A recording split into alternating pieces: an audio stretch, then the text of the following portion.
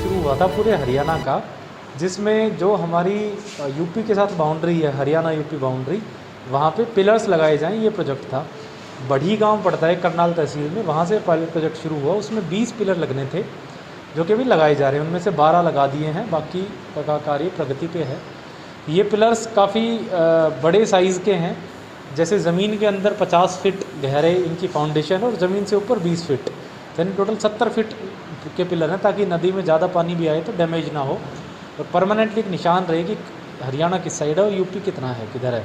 क्योंकि फ्रीक्वेंटली ये देखने को आता था कि दोनों राज्यों के किसानों में आपस में झगड़ा होता था ज़मीन की मलकियत को लेकर, क्योंकि ज़मीन जो नदी है यमुना, वो अपना जो कोर्स है वो बदलती रहती है, कभी एक तरफ से कभी, और इसमें जो काफ़ी कई बार तो सैकड़ों मीटर से इवन किलोमीटर्स का फ़र्क आ जाता है, तो किसानों में आपस में फिर झगड़ा होता था।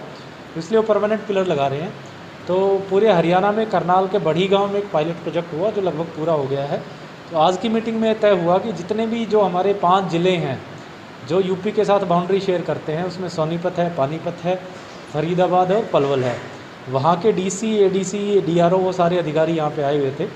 तो हमने जो हमारे ज़िले का पायलट प्रोजेक्ट था उसके बारे में उन सबको बताया, और उसके बाद ये फैसला हुआ कि इसकी तर्ज पे अब सारे ज़िलों में ये प्रोजेक्ट टेकअप किया जाएगा हरियाणा सरकार के द्वारा, और जो हरियाणा यूपी बाउंड्री है हर जगह इस तरह के पिलर लगाए जाएंगे, ताकि ये जो आपस में विवाद है लोगों का वो निपटाया जा सके। मूल रूप से इसका फ़ायदा कितना पहुंचेगा, कहाँ कहाँ पहुंचेगा, किस तरीके से पहुंचेगा? इसमें मूल रूप से ये है कि एक तो क्योंकि ये यमुना का एरिया है तो काफ़ी सारा एरिया माइनिंग के प्रोन है।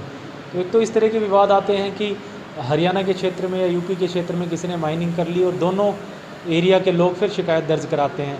दूसरा, आपस में किसान एक दूसरे से झगड़ते हैं अपनी ज़मीन को लेकर के, कभी यूपी के लोग यहाँ कब्ज़ा कर लेते हैं, कभी यहाँ के लोग यूपी की साइड जाके कब्ज़ा कर लेते हैं। पिलर्स लगने से आसानी ये रहेगी कि चाहे यमुना का कोर्स बदल भी जाए, चाहे यमुना 1 किलोमीटर उधर की तरफ से बहे अब आगे या अगले साल इधर से बहे, तो भी वो एक फ़िक्स्ड बाउंड्री हो जाएगी और किसानों को फ़िक्स्ड एरिया बता दिया जाएगा कि आप इस जगह के मालिक हैं। तो चाहे यमुना अपनी पोजीशन चेंज भी करे, जो कि हर साल करती है, तो उससे किसानों के मलकियत पे कोई फ़र्क नहीं पड़ेगा। हरियाणा और यूपी के किसानों में लगातार जमीन को लेकर विवाद होता रहा है, लेकिन अब ये विवाद नहीं होगा, अब ये झगड़े नहीं होंगे, क्योंकि हरियाणा सरकार और यूपी सरकार मिलकर इस पर काम कर रही है। खासकर उन जिलों में जहां पर हरियाणा की सीमा यूपी से टच करती है, चाहे वो करनाल का इलाका हो, फरीदाबाद का इलाका हो, पलवल का इलाका हो, सोनीपत का हो या पानीपत का हो। करनाल के बड़ी गांव से शुरुआत हुई है, वहां पर पिलर लगाने का जो काम है वो शुरू हो गया है और लगभग पूरा होने वाला है। करनाल ज़िले में तकरीबन 300 से ज़्यादा पिलर लगेंगे। इस पिलर से एक सीमा तय हो जाएगी कि कौन सी सीमा यूपी के अंदर आती है और कौन सी सीमा करनाल के अंदर आती है, यानी कि हरियाणा के अंदर आती है। और ऐसे में लगातार पिलर वहां पर लगाए जा रहे हैं। इसको लेकर तमाम जो प्रशासनिक अधिकारी हैं अलग अलग ज़िलों के, उनकी भी मीटिंग हुई। साथ ही साथ जो लैंड रिकॉर्ड के डायरेक्टर हैं वो भी इस मीटिंग में पहुंची थी।